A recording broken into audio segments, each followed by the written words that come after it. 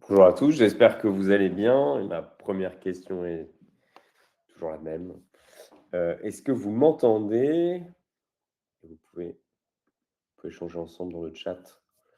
Je vous dis bonjour. Oui, bonjour Muriel. Super. Hello tout baigne, Sylvaine. Mais oui, tout baigne dans la chaleur de l'été. Salut Claire, salut Stéphanie. Écoutez, je dois vous avouer que je suis assez étonné. Il y a quand même pas mal d'inscrits pour ce focus. Donc le focus, c'est à peu près 30 minutes associé à une base de données. 30 minutes pour essayer de comprendre une zone géographique, enfin le marché de l'art dans une zone du monde. Donc voilà, c'est un exercice un peu plus resserré. L'idée, c'est de réfléchir aussi un peu et ensemble, à travers tous ces focus, de faire une sorte de mosaïque du marché de l'art mondial et de réfléchir un petit peu comment, quand on est artiste français ou résident en France, eh bien, on peut tisser des liens. On va voir que c'est le thème avec d'autres régions du monde. Voilà. Bah, écoutez, ce que je fais, c'est que je vous propose donc allez, 30 minutes d'intervention. Je vais pas regarder le chat. Je vois qu'il y a plein de personnes que je connais et j'apprécie de vous voir dans le chat et de vous retrouver. Je pense à Myriam, Christelle, euh, notamment, Muriel évidemment, et Nathalie. Ben, écoutez, je passe en mode focus et après on peut échanger. Alors, le marché d'Asie centrale, le marché de l'art d'Asie centrale, hein, c'est le sujet. Il faudrait peut-être se poser la question du sujet. C'est-à-dire, on aurait pu poser aussi la question suivante: y a-t-il un marché de l'art d'Asie centrale? La réponse est pas tout à fait à l'image de la France ou du marché japonais, du marché scandinave ou même du marché américain, ce qu'on a vu dans les autres focus. Ben là, c'est totalement différent. Mais c'est aussi intéressant parce que on va le voir, hein, c'est un marché qu'on va dire émergent ou en formation. Et donc, à ce titre-là, il n'est pas au même stade de développement, je veux dire, au niveau mondial, hein. Il y a des modèles de développement des différents marchés. On l'avait vu notamment avec le marché japonais. On a vu que la biennalisation du monde de l'art, c'était qu'il y avait des grands rendez-vous mondiaux qui se ressemblaient, hein, plus ou moins, et qui donnaient le ton ou même un modèle en fait de développement du marché. Bien là, ce qui est intéressant avec le marché d'Asie centrale, on va dire que c'est vraiment quelque chose de nouveau et on va dire c'est un marché qui est en train de se faire, mais vraiment on est dans le présent du marché qui se structure, hein, dans un présent structurant, donc on va voir ce que ça veut dire. Alors pour commencer, peut-être rappeler tous les pays en ce temps, Kyrgyzstan, Kazakhstan, Ouzbékistan, Tadjikistan, Turkménistan, si c'est très fermé, eh bien, en fait, sont des carrefours. Alors, ce ne sont pas des carrefours méditerranéens, mais il y a une image que je voudrais vous proposer pour vous montrer à quel point c'est un carrefour d'échange.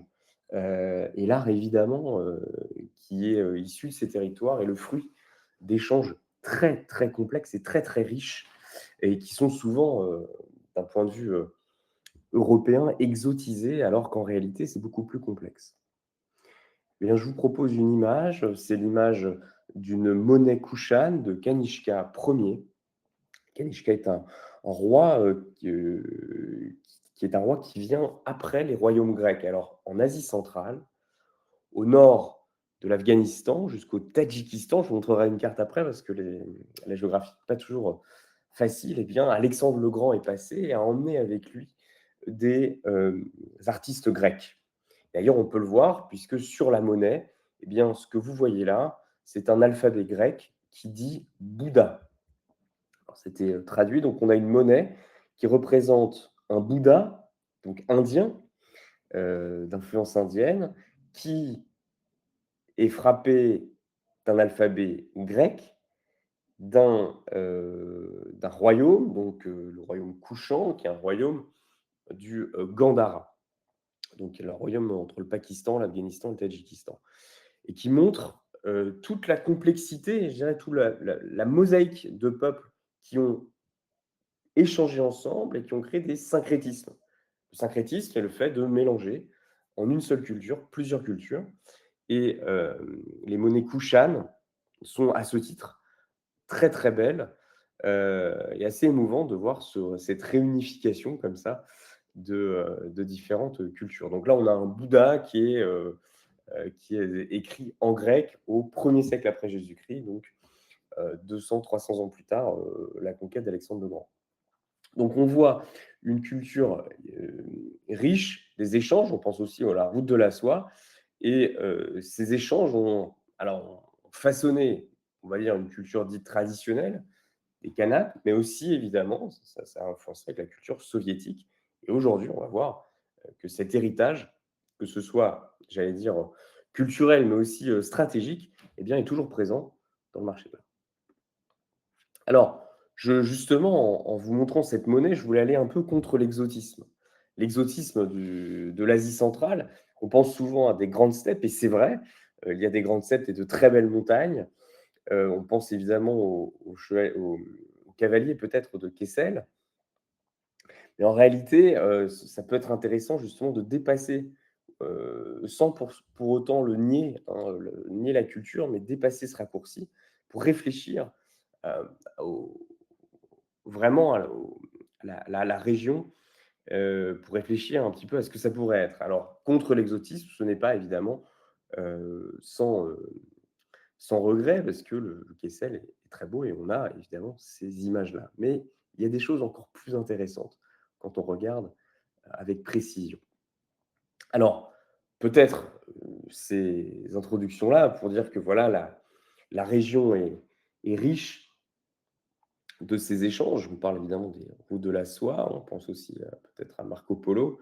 Et il y a une mosaïque en réalité de pays, et on va se concentrer sur 2 pays qui sont importants au niveau du marché de l'art, c'est le Kazakhstan et l'Ouzbékistan, heu et dans une moindre mesure le Kirghizistan. Ces 2 grandes régions sont enfin leaders sur la région et vont instrumentaliser, c'est le mot, l'art contemporain et l'art, pour, rayonner au niveau politique et peut-être se détacher d'une tutelle russe. On va en reparler. Donc c'est extrêmement politique. Alors il y a, après, tous ces échanges, je suis passé très, très vite puisqu'on a à peu près 30 minutes. Hem, il y a en fait un héritage post-soviétique qui se construit évidemment à partir du XXe siècle, hein, cet héritage soviétique, et qui n'est pas, et justement, c'est là où c'est intéressant d'aller un petit peu contre les représentations exotiques de la steppe et des chevaux qui sont réels, hein, comme je disais, mais qui peuvent masquer une réalité. La première chose, c'est qu'il y a eu une avant-garde qu'on appelle du Turkestan. Alors, c'est toute la région avant la séparation, la délimitation nationale soviétique de l'Asie centrale en 1924. Mais il y a un grand mouvement euh, d'avant-garde avec des écoles d'art qui vont se créer dès le début du XXe siècle dans ces régions. Alors, sous l'impulsion soviétique et puis juste avant de l'Empire russe, on parlait avant de grands khanats. Et donc, vous voyez, par exemple, ici, un tableau d'Alexander Volkov, chanteur ouzbek, qui est aussi constructiviste, qui va aussi être presque cubiste dans dans ses tableaux. Donc, il y a une connexion au monde et à l'avant-garde mondiale qui est déjà là. Et on va même parler d'avant-garde turkestanaise avec des motifs locaux, mais qui sont traités euh, d'un point de vue proche de l'avant-garde russe. Alors en 1900, quelques dates pour bien comprendre, parce que ça va évidemment structurer les rapports qu'on peut avoir quand on veut s'expatrier ou en tout cas échanger avec l'Asie centrale. Il y a donc 1924 la délimitation nationale soviétique de l'Asie centrale, et puis vous avez dès 1925 quelque chose qui marque énormément parmi, hein, il y a trois grandes politiques nationales. Alors vous pardonnerez mon russe, mais c'est le Kontrakka, Shija. Kontrakka Shija, c'est l'engagement sous contrat des artistes qui sont envoyés, soit des artistes, plutôt moscovites ou, de régions, centrales de la Russie, mais qui sont envoyés jusqu'en Asie pour, étudier et même faire des rapports. Donc, il y a des grands mouvements de population, enfin pas des grands mouvements de population, mais des envois de bourses en fait, où on va envoyer des artistes qui vont, travailler sur place. Alexander, Volkov, c'est un de ces artistes-là. Alors même s'il est né, à Tachkent, il va ensuite, aller à Moscou puis revenir. Et donc ces engagements sous contrat montrent qu'il y a déjà une volonté, je dirais, nationale étatique, euh, de travailler avec les artistes. Et l'artiste va, d'une certaine manière, aussi représenter, euh, l'Union soviétique. Et donc, on voit des écoles, se monter à cette époque-là. Il y a en 1932 quand même une dissolution des groupes artistiques libres, puisqu'il y avait déjà, beaucoup de choses, mais on voit des, créations des unions des peintres dans chaque république. Et donc, il y a encore, cette tradition très corporatiste qu'on peut avoir en Asie centrale, mais qui est un héritage soviétique. Et puis en 1934, vous avez la doctrine du réalisme socialiste. Alors là, je passe très vite, mais c'est important parce que ça fonde aussi une sensibilité, ça fonde une culture. Et le réalisme soviétique, qu'est-ce que c'est? C'est le fait peut-être que vous avez en tête ces grandes peintures murales, ça va jusqu'à Mexico avec Diego Rivera. On voit des scènes populaires, et partisanes, évidemment pro-communistes, et qui font la promotion évidemment, de l'anticapitalisme et de la lutte ouvrière. Donc il va y avoir quand même un changement, et l'avant-garde turkestanaise va disparaître, enfin va diminuer quand même après 1934. Alors vous voyez, un autre exemple de cette avant-garde avec le tableau de Dusto Munim, qui est un Russe qui était sous contrat et qui a été envoyé, en Ouzbékistan, et s'est converti à l'islam et qui est resté en Ouzbékistan, et qui fait partie de cette avant-garde. Alors, l'art dans cette région est intimement lié au pouvoir. Que ce soit, et là on va parler vraiment de ces deux grands pays, je traiterai un tout petit peu du Kyrgyzstan, après, parce que c'est beaucoup plus, confidentiel. De l'Ouzbékistan et du Kazakhstan, c'est intimement lié au pouvoir. Alors il y a deux aspects. En Ouzbékistan, c'est vraiment un soft power d'État, d'un État qui cherche à s'ouvrir. Et donc on va en reparler, une politique étatique, de création d'institutions. Et puis du côté du Kazakhstan, ce sont des oligarques qui reprennent à leur compte en fait des fonctions du pouvoir en créant des centres d'art et en finançant, des résidences.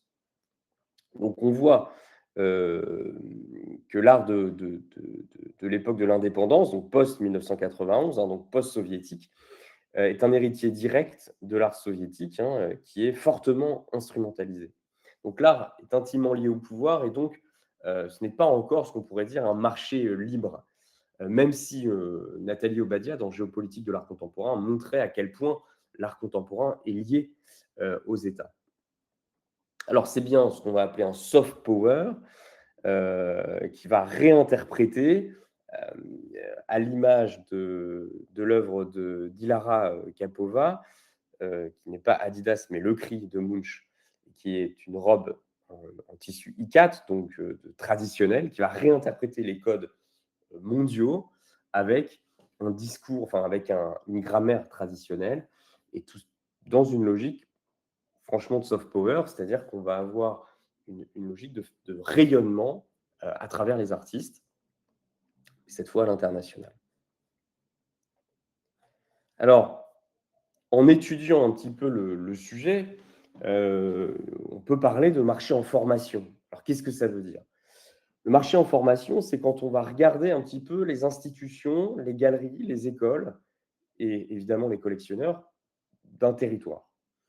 On peut parler d'un marché en formation quand c'est très, très récent et qu'il peut y avoir un fort dynamisme, mais que ce n'est pas encore installé.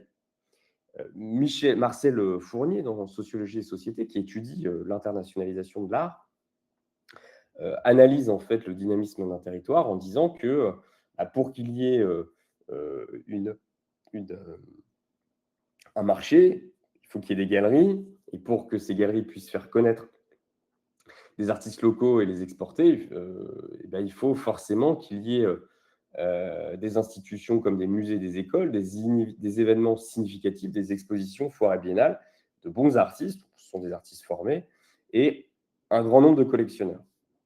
Alors, ce qui est fou, et c'est pour ça que le sujet, d'une certaine manière, est assez étrange, c'est qu'en fait, tout ça, c'est arrivé d'un coup, en 2025. Donc, on est vraiment dans une sorte de création, non pas ex nihilo, puisqu'on voit qu'il y a une longue histoire, des Monécouchènes jusque l'avant-garde turkestanaise. Mais ce que je veux dire, c'est que c'est quand même très, très récent, parce qu'il y a une sorte de mise au diapason de normes internationales. Alors, comment on le voit? C'est vraiment une éclosion de 2025 et tout s'est fait quasiment en même temps. En septembre, il y a eu les Beaux-Arts d'Almaty, enfin, non, le musée d'art contemporain d'Almaty, donc c'est au Kazakhstan. On a eu la Biennale de Bukhara en Ouzbékistan avec une association d'État qui est l'UACDF, qui est l'équivalent d'un ministère de la Culture des Arts Plastiques et qui finance énormément de choses. On a eu un centre d'art contemporain qui a été ouvert par un oligarque qui est le Teslini Center, un centre d'art contemporain à Tashkent la même année. Et donc on voit que ces institutions sont créées en même temps et participent d'une volonté politique vraiment de rayonnement. Alors ça, c'est, je dirais, l'effet nouveau. Vous voyez.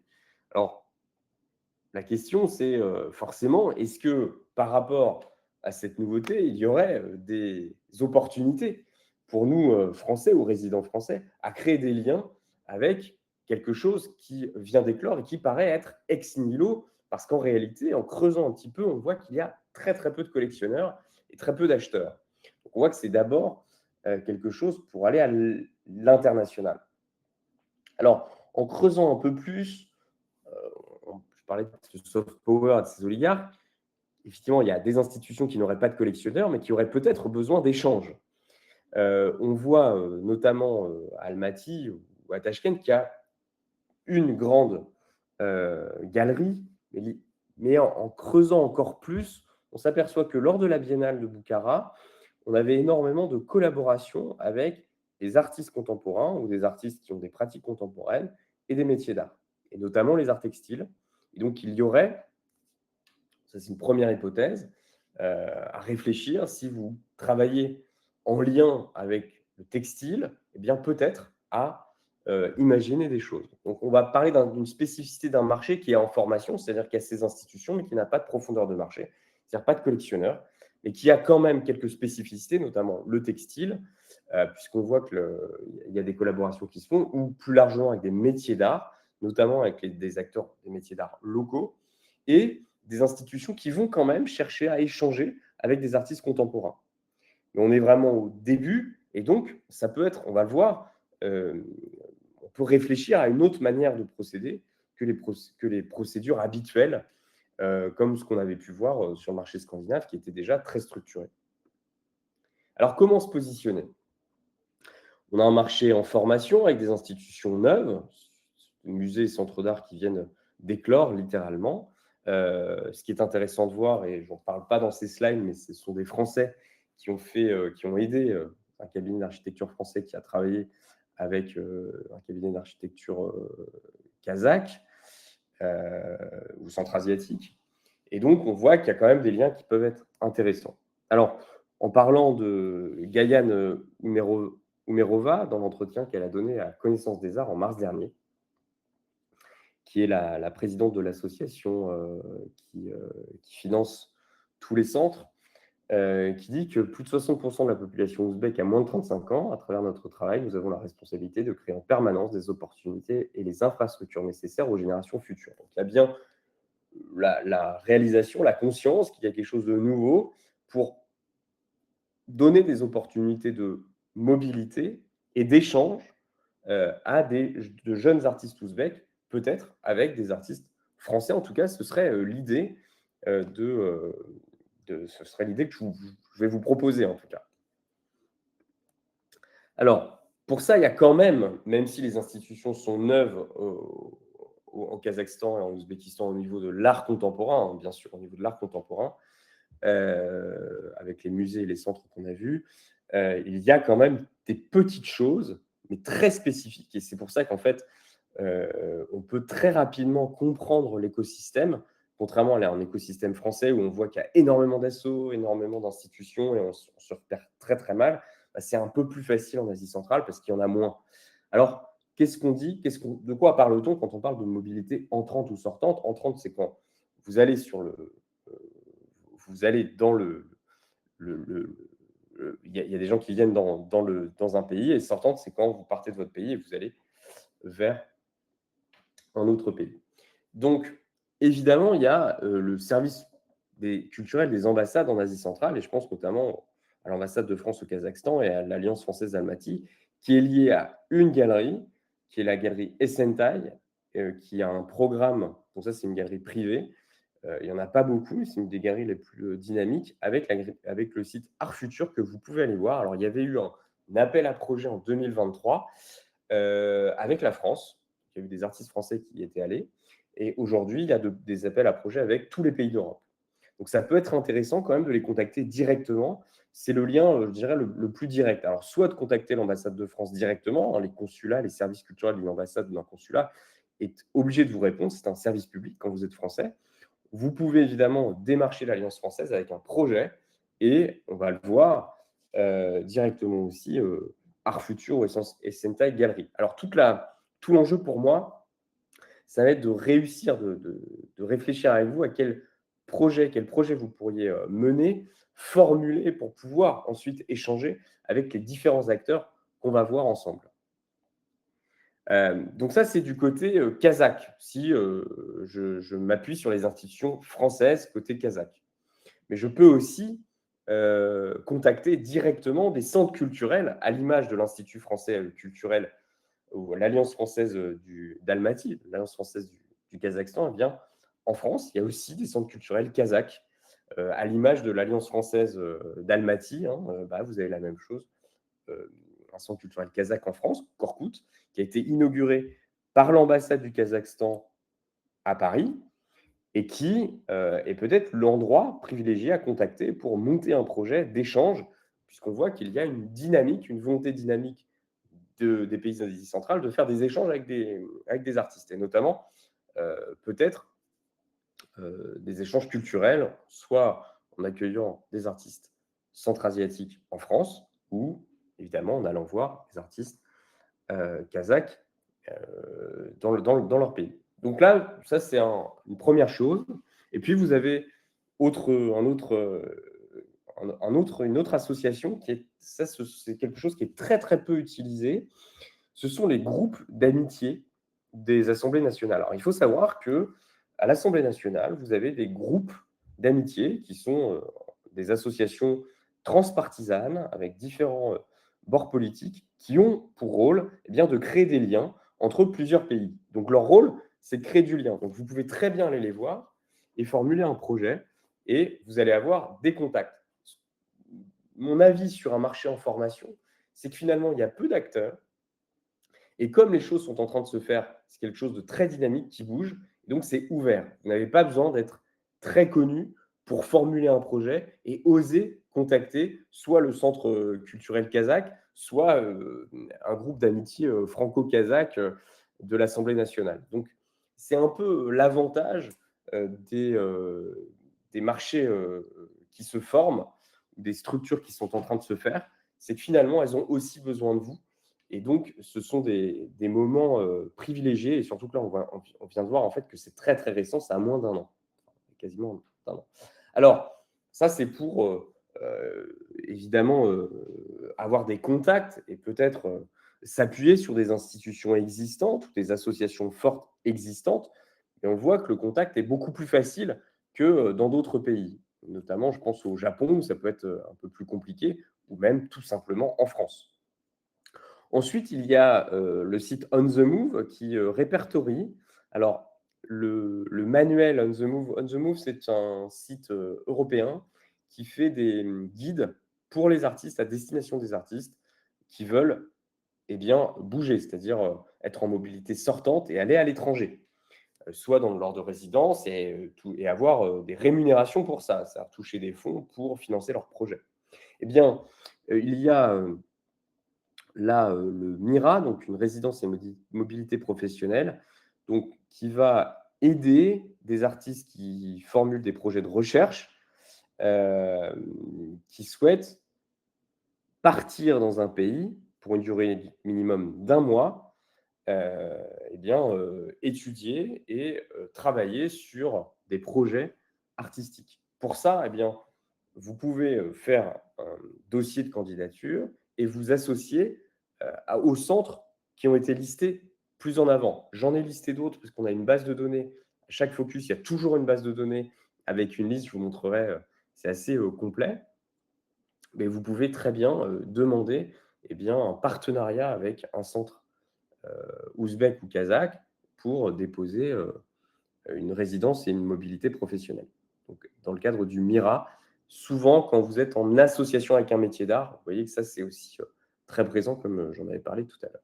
Alors, pour pouvoir, je dirais, avancer, eh bien, il faut, et dans ces moments où les institutions sont neuves et on voit qu'en fait, il y a beaucoup de personnes qui ne représentent pas de l'institution, mais qui sont d'abord des gens qui sont des acteurs, qui sont identifiables et qu'on peut contacter lorsqu'on souhaite faire un projet, qui sont soit des curateurs individuels, soit des gens qui sont sur place depuis quelques années et qui sont ouverts aux échanges. Eh bien, dans la stratégie d'un marché en formation, c'est d'identifier tout de suite des personnes clés, des personnes ressources qu'on va contacter avec un projet. On passe moins par la réponse à un appel à projet, tout simplement parce qu'il y en a un peu moins. Alors, dans la base de données Topo, j'en ai répertorié quand même plusieurs, et donc vous pourrez retrouver ça la semaine prochaine quand on publiera le focus avec la base de données. Mais l'idée, c'est d'identifier des passeurs. Alors, à l'image euh, de motifs, hein, ça c'est un motif récurrent, là, ce que vous voyez donc, de la mer d'Aral, eh bien, motif du passeur qui tisse des liens. Je pense on va l'utiliser jusqu'au bout et je vais vous présenter quelques personnes, justement. Alors, la première chose, c'est que déjà en France, vous pouvez contacter bah, quelques personnes qui travaillent sur le sujet. Je pense notamment à une personne qui est une curatrice qui s'appelle Dilda Ramazan, qui fait ses études à Paris, à la Sorbonne, et qui écrit sur le marché d'Asie centrale. Vous avez aussi l'association Minerve, je pourrais vous mettre dans le chat, et qui aide des artistes femmes dans leur trajectoire professionnelle, à valoriser leurs travaux, et qui, d'ailleurs, cette association, l'association Minerve, a organisé une exposition à l'espace Beaujon sur des artistes d'Asie centrale. Donc, c'est naturellement que vous pouvez échanger avec ces deux personnes. C'est un exemple. Et puis, en Asie centrale, il y a une personne qui s'appelle Yulia Sorokina, et il y a un site que je vous conseille d'aller voir, c'est le site Artlinks Index, qui va lister à peu près tous les curateurs du monde, mais évidemment, plus particulièrement, vous avez des curateurs d'Asie, et notamment d'Asie centrale, qui sont répertoriés, et donc vous pouvez directement les contacter. Là aussi, ça peut valoir le coup, avec un beau projet, eh bien, de les contacter et de réfléchir, et vous allez être mis normalement en relation rapidement avec des institutions, puisque ces institutions sont neuves. Je pense aussi à Galina Koreskaya, qui a écrit le guide On the Move, hein, de l'Union européenne sur justement toutes les bourses qui existent en Asie centrale, et vous le retrouverez évidemment dans la base de données Topo. Donc ça, c'est mettre une veille, identifier quelques personnes clés. Alors, vous pouvez aller sur The Art Link Index pour trouver d'autres personnes. Donc ça, c'est vraiment une ressource utile. Mais vous pouvez aussi contacter les personnes que je cite. C'est un exemple. Alors, avant de se lancer, vous voyez qu'on retrouve sur ce chapan, donc ce manteau traditionnel, le même motif que j'appelle le motif du passeur de l'œuvre du pavillon ouzbek de la Biennale de Venise.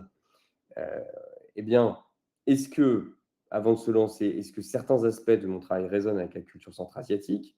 Est-ce que j'ai, par exemple, un lien avec le textile? Et ça, c'est évidemment pas rédhibitoire, hein. Si vous avez d'autres pratiques, c'est plutôt de réfléchir sur sa pratique et de réfléchir au lien, puisque c'est à travers le projet qu'on va pouvoir créer le lien. Est-ce que je suis en lien avec des personnes de la communauté centra-asiatique en France? Est-ce que j'ai identifié des passeurs? Ça, c'est à peu près pour moi les caractéristiques qui vont faire que je vais pouvoir me lancer. Ensuite, je vais vous montrer, il y a une base de données qui a été faite et je vais vous la montrer tout de suite avec eh bien, plusieurs bourses en fonction des pays. Vous allez retrouver des galeries et des institutions, il y en a très peu, des passeurs et des contacts. Donc là, j'ai listé à peu près une série de une vingtaine de contacts que vous pouvez, eh bien, avec qui vous pouvez prendre langue, comme on pourrait dire, et bien réfléchir à des projets, si vous en avez. Alors, ces projets risquent de ne pas être rémunérés tout de suite. Ils peuvent être dans une mobilité entrante, c'est-à-dire en accueillant des, des artistes. C'est une bonne manière de commencer ou de réfléchir à des expositions communes avec ces artistes entrants. Et ça, c'est une bonne porte d'entrée. Ou alors, évidemment, en mobilité sortante, c'est vous qui partez. Et dans ce cas, vous pouvez presque créer des résidences sur mesure. Mais alors là, ce ne sera pas rémunéré. Mais vous pouvez être à l'académie, l'équivalent de l'Académie des Beaux-Arts, à mon avis, sans problème, puisqu'il y a une ouverture et une volonté de recherche de contact. Donc, vous retrouvez dans la catégorie passeurs et contacts une série de contacts et donc calendrier, eh bien des temps forts de biennale, d'exposition en Asie centrale, avec lesquels vous pourriez, qui pourraient être des momentum sur lesquels vous pouvez bien échanger. Donc ça, c'est aussi une possibilité. Alors le protocole, c'est de formuler des projets de recherche, hein. Pour moi, c'est vraiment la base si vous voulez avancer. C'est de contacter avec ce projet, une fois que c'est formulé, vraiment dire, bah, voilà, je cherche à avoir une résidence en Ouzbékistan ou au Kazakhstan. Est-ce que vous pouvez m'aider? Je cherche à faire une exposition là-bas et je cherche à exposer en France avec des articles kazakhs ou ouzbeks. En faisant ça, dans ces 2 sens-là, vous allez normalement très rapidement accéder à des institutions, hein, puisque, eh bien, c'est assez ouvert, puisqu'on voit que c'est nouveau. Alors, vous pouvez directement contacter des passeurs en France, ce qu'on avait vu, ou directement contacter l'ambassade d'Ouzbékistan ou de Kazakhstan avec votre projet d'échange et trouver des relais sur place. On peut aussi, si vous avez alors, il y a des billets, vous pouvez trouver des billets à 500, 600 € pour partir et visiter la prochaine Biennale d'Asie centrale et préparer votre voyage en contactant des gens sur place. Ça peut être un moment assez fort. Évidemment, quand vous allez sur place, ce sera bien mieux. Et en faisant ça, eh bien, ça me permet de parler d'un projet qu'on va lancer avec Topo, hem, un projet d'échange. Alors l'idée, ce qu'on va publier prochainement sur le site de Topo, alors vous voyez, il y a des Topo travaille sur des programmes. Donc là, on travaille par exemple avec le territoire de la Seine-Saint-Denis, vous avez peut-être pu voir sur le site. Mais on va aussi faire un projet d'échange avec eh bien, les Beaux-Arts de Tachkent. Donc ça, c'est en cours, hein, c'est vraiment une réflexion en cours. Et donc, on va appliquer la méthode du projet. Et donc, ça va nous permettre, chez Topo, eh bien, d'envoyer des mails un peu à toutes les personnes qu'on a listées et pour essayer de favoriser des échanges. Donc ça, c'est un premier test. On va essayer de tester l'analyse du projet d'échange interculturel entre les 2 pays, et ça va peut-être nous permettre de faire des mises en relation avec des artistes qui seraient intéressés pour soit aller en Asie centrale, soit recevoir des artistes d'Asie centrale et exposer avec eux. Donc ça, c'est un début de projet. Donc là, on a quelques contacts. Et donc, on devrait publier tout ça sur le site de Topo prochainement. Donc, si vous êtes intéressé, bah, vous pouvez nous envoyer un mail. En plus, la plupart d'entre vous, je vous connais, donc on peut vraiment réfléchir ensemble à tout ça. Et je pense que l'Asie centrale va avoir un rayonnement de plus en plus grand, c'est-à-dire que va rayonner avec beaucoup plus d'intensité dans les années qui viennent, parce qu'il y a une volonté politique très très forte, comme on l'a vu, qui est nouvelle. Donc, il y a ce dynamisme à la fois d'un pays jeune et d'institutions qui ont investi, d'institutions politiques qui ont créé eh bien, des centres culturels, des musées, pour pouvoir investir dans l'art dans les années qui viennent. Ainsi, ce proverbe kazakh qui dit: «Quand l'invité vient, la prospérité vient». Eh bien, dans les échanges, peut-être que nous aurons la prospérité. Je n'oserais pas, me risquer à lire, kazakh. Mais en tout cas, je pense que ça devrait bien sonner. Merci beaucoup.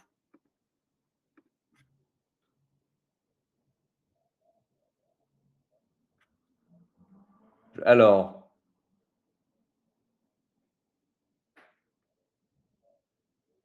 alors Sylvaine, quelle est la position de la Turquie là-dedans? Alors la Turquie, c'est une très bonne question puisqu'en fait, ce sont des langues turciques. Notamment, alors l'ouzbek a des influences perses, mais tu as raison, alors il y a un lien, notamment entre les Kirghizes et les Turcs, qui elles sont assez forts puisqu'on va retrouver des communautés kirghizes en Turquie. Heu, le marché de l'art en Turquie, il est un peu plus important qu'en Asie centrale. Voilà. Le lien, c'est qu'il y a en réalité, c'est un territoire qui est partagé, le territoire centra-asiatique, entre des influences turques et des influences russes. Mais vous avez aussi les influences iraniennes, le monde iranien et le monde indien, à travers, en Ouzbékistan. Mais au niveau économique, effectivement, enfin, je pourrais aussi parler de la Chine, hein, c'est vraiment un carrefour, donc voilà. Donc il faudrait peut-être travailler sur le Turquie. Alors, On the Move, donc c'est pas une église. Je viens de découvrir qu'il y avait un Move Church. Voilà. Oui, les artistes femmes en Asie centrale. Alors les vieilles artistes sont acceptés. Bah, je vois pas pourquoi, ça pourrait être même intéressant, je pense. Faudrait voir. Et les artistes femmes en Asie centrale, bah oui, en fait, principalement, si vous regardez les Muriel, si tu regardes les femmes qui sont exposées à l'international, les artistes centra-asiatiques sont des femmes, en réalité, surtout sur la scène internationale. Donc c'est assez ouvert, voilà. Et en Iran, alors en Iran, le monde iranien n'a rien à voir, c'est complètement bloqué. Donc en fait, le monde iranien, vous avez une diaspora qui est très, très active et donc il va y avoir une culture de la diaspora iranienne, notamment aux États-Unis, qui est très présente. Mais vous n'avez pas, la même, enfin vous n'avez ça va pas du tout fonctionner pareil. Il n'y a pas du tout la même ouverture que ce qui est en train de se créer en ce moment en Asie centrale.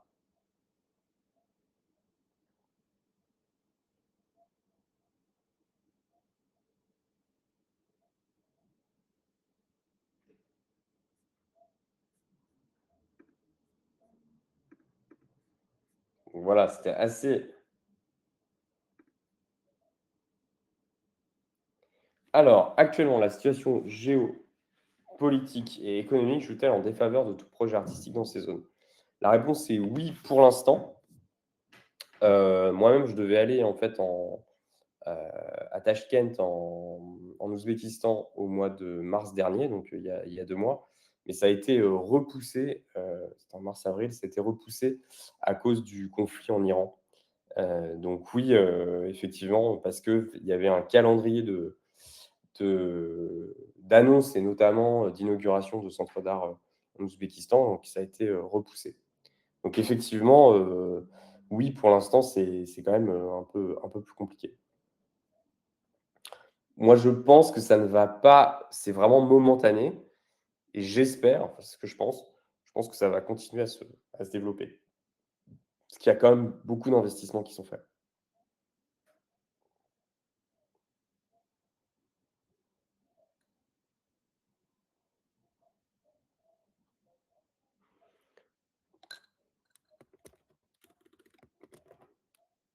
Alors et en Arménie? Alors l'Arménie, c'est plus la région, et sur le coup, le projet, bah, là, normalement, nous alors 2 questions pour Claire, je réponds. Donc l'Arménie, vous avez c'est pas du tout la même, le même lien, ni le même lien à la France. En fait, le marché arménien, c'est pas un marché centra-asiatique. C'est un marché où il y a énormément en fait il y a une diaspora arménienne qui est très présente en France et donc tu vas avoir des fondations, je pense à la fondation, je pense que c'est la Bougakian ou Gagosian, où il va y avoir des appels à projets, qui font le lien en fait entre l'Arménie et la France et donc là, les institutions sont déjà beaucoup plus présentes. Donc l'Arménie, c'est presque lié au enfin ouais, c'est même, c'est lié au Caucase quoi, donc c'est ça c'est une sorte de, ouais, c'est complètement différent. Il y a beaucoup plus de fondations. Là, c'est un travail sur les fondations et donc il y a des appels à projets à faire avec des fondations, mais ça peut se faire en France. Voilà pour ça et donc le projet, on va le mettre, à jour cet été. On va le publier, cet été, et on va, contacter un peu toutes les personnes qui sont dans l'appel, dans la base de données. Ça pourra me permettre après de faire un petit bilan, je pense en septembre, pour vous dire, bah, voilà, on a contacté, tant de personnes, on a mis en place un peu, bah, nos enseignements, ce qu'on conseille, chez Topo, donc la manière d'envoyer les mails, les relances, le fait de faire des dossiers et voilà le résultat. Donc on verra le résultat, si, ça fonctionne ou pas. Après on a bon espoir, mais c'est vraiment, là une approche, très pragmatique, presque une recherche-action, si je puis dire, de la méthode Topo, sur un marché. Donc notre objectif, c'est d'avoir des partenariats avec des institutions centra-asiatiques.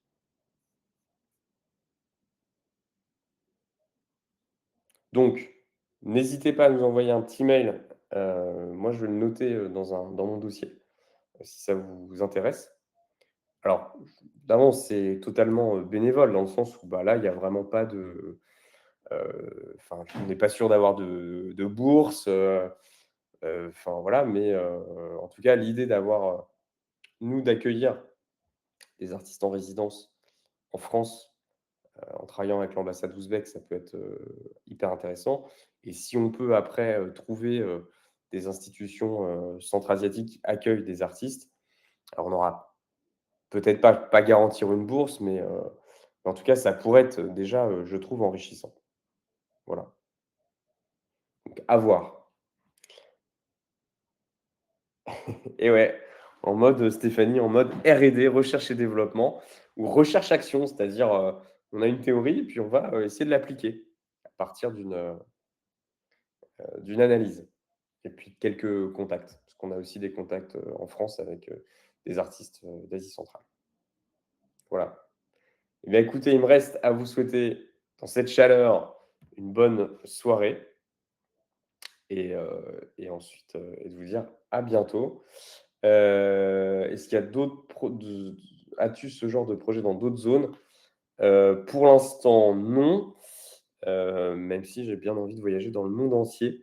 Hem, mais pas à ce point, pas aussi développé, je dirais, Muriel, que l'Asie centrale. Voilà. Eh bien, à bientôt et à très vite. Au revoir. Merci beaucoup.